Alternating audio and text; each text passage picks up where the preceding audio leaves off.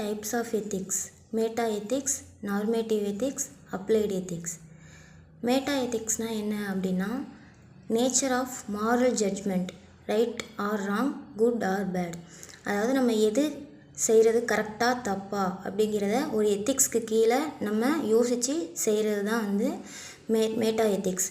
எது வேணால் செஞ்சிடலாம், என்ன வேணால் பண்ணிடலாம் அப்படின்னு நம்ம பண்ணிட முடியாது. நம்ம ஒரு சொசைட்டி கீழே வரோம் அப்படிங்கும்போது எது ரைட், எது ராங், எது குட், எது பேட் அப்படிங்கிறத நம்ம டயக்னோஸ் பண்ணி தான் நம்ம எதுவாக இருந்தாலும் செய்கிற மாதிரி இருக்கும்.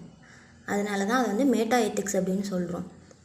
நார்மேட்டிவ் எத்திக்ஸ் அப்படிங்கிறது concerned with the content of moral judgment, provide principles and standards for right and wrong behaviour.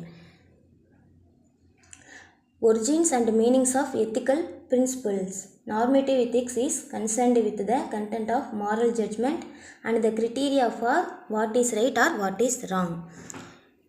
Third பார்த்திங்கன்னா அப்ளைடு எத்திக்ஸ். இது வந்து என்னென்னா ஒரு கான்ட்ரவர்சியலான topic like war, animal rights and capital punishment. Capital punishment அப்படிங்கிறது வந்து death sentence அது மாதிரி சொல்லலாம். இது வந்து அடுத்து இம்பார்ட்டன்ஸ். புக்கில் வந்து பேராகிராஃபாக கொடுத்துருப்பாங்க, அதை வந்து நான் பாயிண்ட் அவுட் பண்ணியிருக்கேன். 7 பாயிண்ட்ஸ் இருக்கும். இந்த 7 பாயிண்ட்ஸ் மட்டும் எழுதாமல் இதை வந்து ஒரு சப்ஹெட்டிங் மாதிரி வச்சுட்டு பேராகிராஃபாக நீங்கள் பாயிண்ட் அவுட் பண்ணி எழுதுனீங்கன்னா இன்னும் கொஞ்சம் ஸ்கோர் இன்க்ரீஸ் ஆகும். Importance. Ethics is requirement for human life. எல்லா மனுஷங்களுக்கும் ஒரு எத்திக்ஸுங்கிறது வேணும் அப்படிங்கிறத சொல்லியிருக்காங்க. It is our means of deciding a course of action. Without ethics life is random, helpless.